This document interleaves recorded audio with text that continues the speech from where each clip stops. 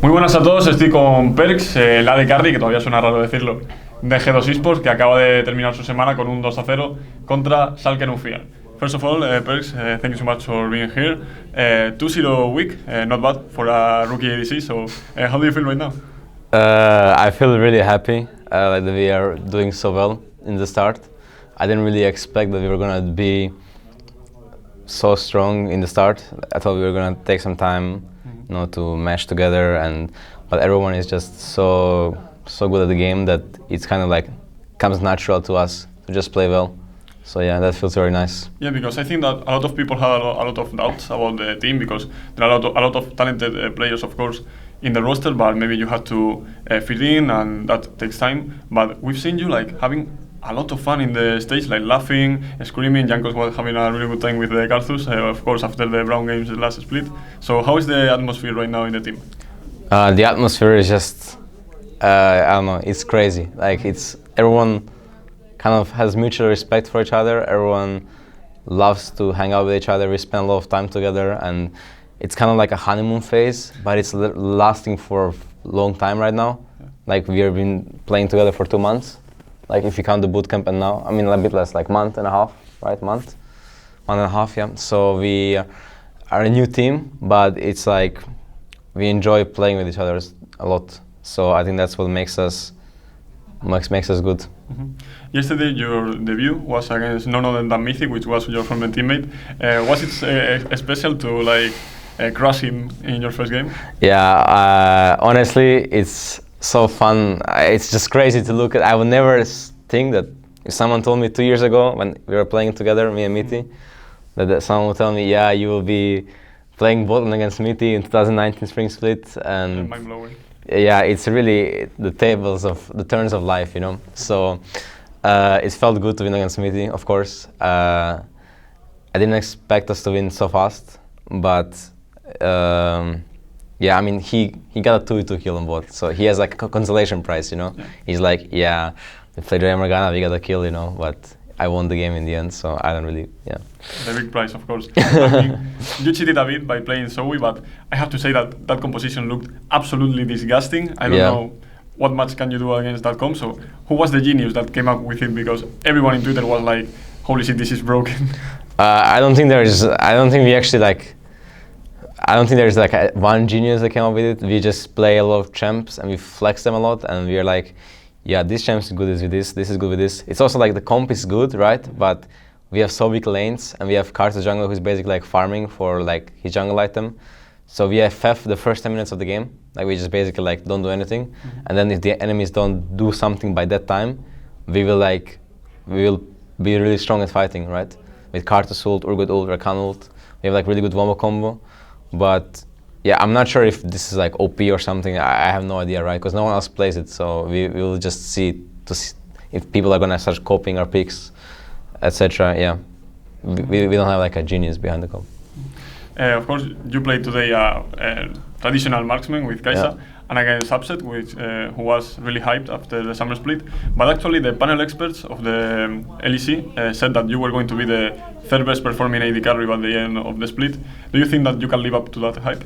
I think it's really BM that people left out Upset from the like top AD. I would way rather put him over Hans Sama, and I personally think Upset, like from playing against him in scrims and solo queue, he's like the best AD in Europe.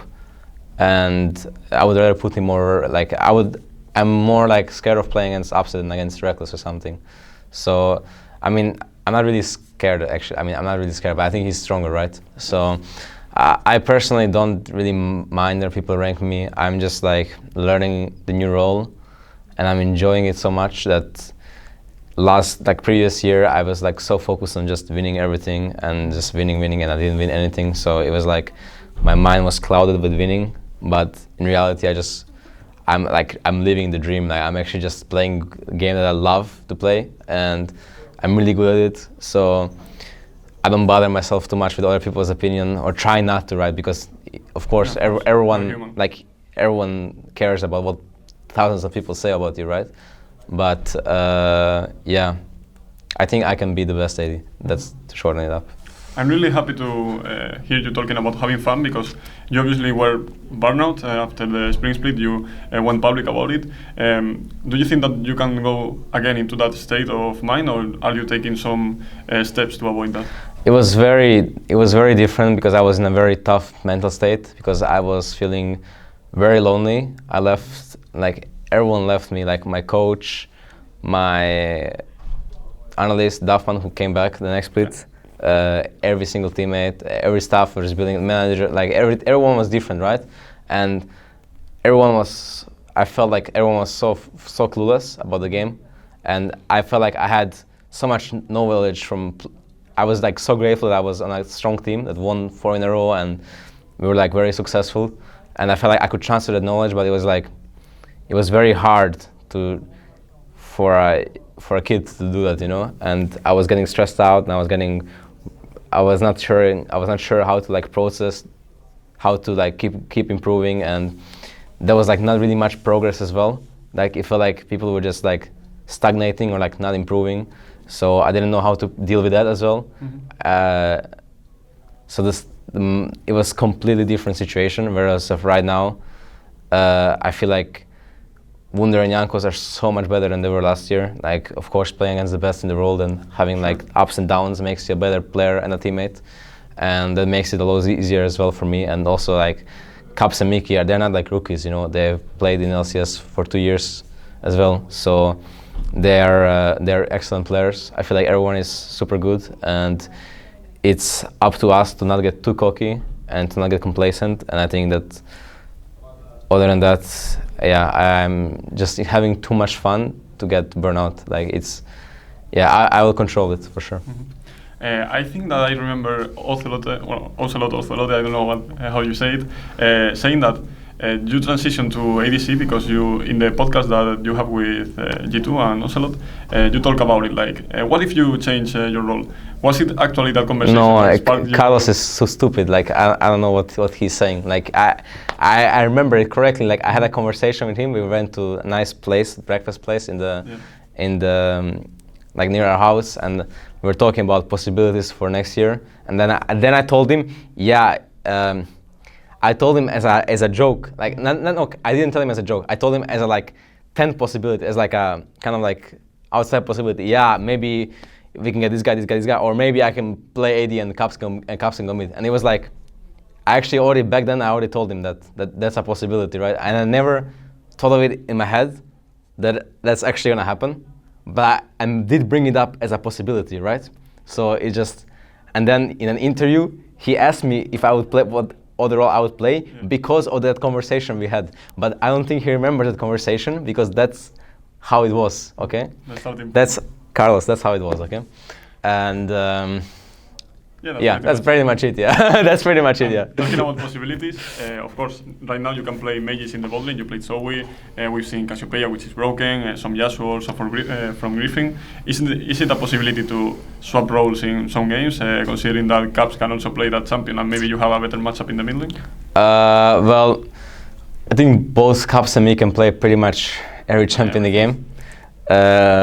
And I mean, I think that we will maybe swap role for fun, but not because it's gonna be better. Maybe we'll just do it because we just want to piss on enemies or something, you know, just to have some more fun. Maybe Caps because AD against Reckless, you know.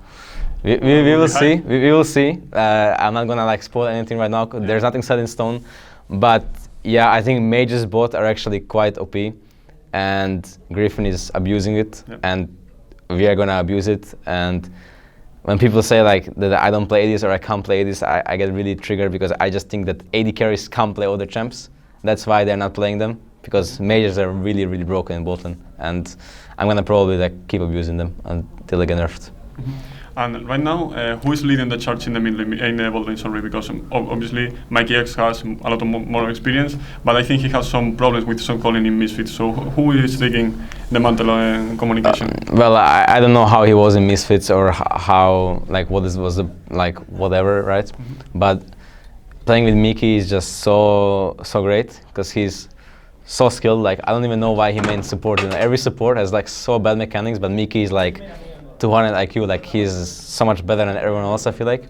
he's also very smart about the game, how the game is supposed to be, like how it's supposed to be played, like early game, early mid game, how he wants to play his lane. I think that sometimes me and him are not on the same page completely about the macro, because we don't want to do the same thing. But as soon as we completely talk about it, and we okay, as soon as we play some more weeks together, we will know what to do at which situation in the game. And there's no one who actually takes the charge. Both of us kind of take the initiative to say something if they think it's good, and we just talk about it. We talk about it after the game, and I think him and me have a very good relationship. So it's just, I don't know. I was a mid laner, so I was always alone. I kind of had like a jungler, as a dog or something. But playing with a support is just really fun. You have a lot of fun playing a duo lane. And just to wrap up the interview, of course, G2 is partnering with Team Heretics to have the academy team in Spain. So maybe if you want to say something for the Spanish fan that maybe watching this interview, that would be the perfect time. Well, I really appreciate all the fans, especially from Spain, because G2 origins is original from Spain. Well, G2 is from Spain. That's where we came from, and I am so sad I didn't play in Spain, because I heard stories about Spanish crowds, but didn't get to play there once yet, because I didn't make finals last split, so that sucks. And I hope I will be there once, and that you guys will cheer for me and for G2.